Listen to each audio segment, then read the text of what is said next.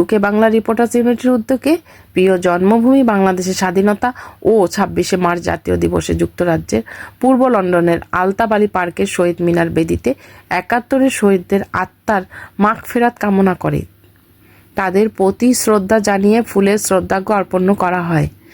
শহীদদের প্রতি শ্রদ্ধাঞ্জলি ও জাতির শ্রেষ্ঠ সন্তান মুক্তিযোদ্ধাদের সম্মান জানিয়ে পরে শহীদ মিনার প্রাঙ্গণে আলোচনা ও আবৃত্তি পর্ব অনুষ্ঠিত হয়। ইউকে বাংলা রিপোর্টার্স ইউনিটির সভাপতি ও বাংলা মিরর নিউজের বিশেষ প্রতিনিধি ঢাকা পোস্টের যুক্তরাজ্য প্রতিনিধি মোহাম্মদ শাহেদ রহমান অনুষ্ঠানের সভাপতিত্ব করেন।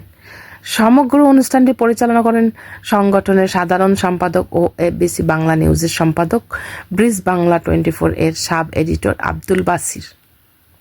এ সভায় কবিতা আবৃত্তি করেন ইউকে বাংলা রিপোর্টার্স ইউনিটির অ্যাসিস্ট্যান্ট সেক্রেটারি কবি Asma Matin, organising and training secretary, Bangla view reporter Jannatul Ferdous Dolly, J Times টিভির সংবাদ পাঠক ও সংগঠনের সদস্য দীপা হক।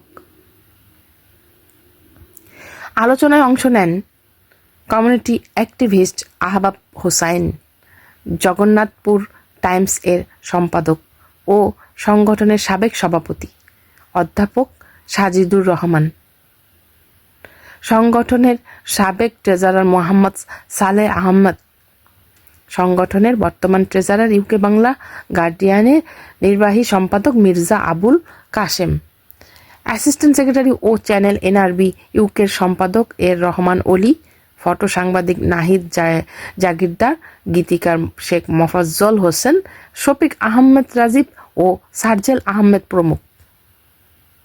এ আলোচনা সভায় বক্তারা বলেন, ২৬শে মার্চ বাংলাদেশের মহান স্বাধীনতা ও জাতীয় দিবস বাঙালি জাতির ইতিহাসে এক অবিস্মরণীয় গৌরব উজ্জ্বল দিন। ১৯৭১ সালের এই দিনে পৃথিবীর মানচিত্রে যুক্ত হয়েছিল স্বাধীন সার্বভৌম বাংলাদেশের নাম। এটি কেবল একটি রাষ্ট্রের জন্মদিন নয়, এটি একটি জাতির আত্মপরিচয় ফিরে পাওয়ার দিন, একটি দীর্ঘ সংগ্রামের চূড়ান্ত ঘোষণা। ২৬শে মার্চ কেবল সূচনা নয়, এটি আমাদের চেতনার কেন্দ্রবিন্দু, যা আমরা এখন এই প্রবাসে বসবাস করে বারবার হৃদয়ের গহীন থেকে অনুভব করি। দীপা হক, জে টাইমস টিভি, লন্ডন।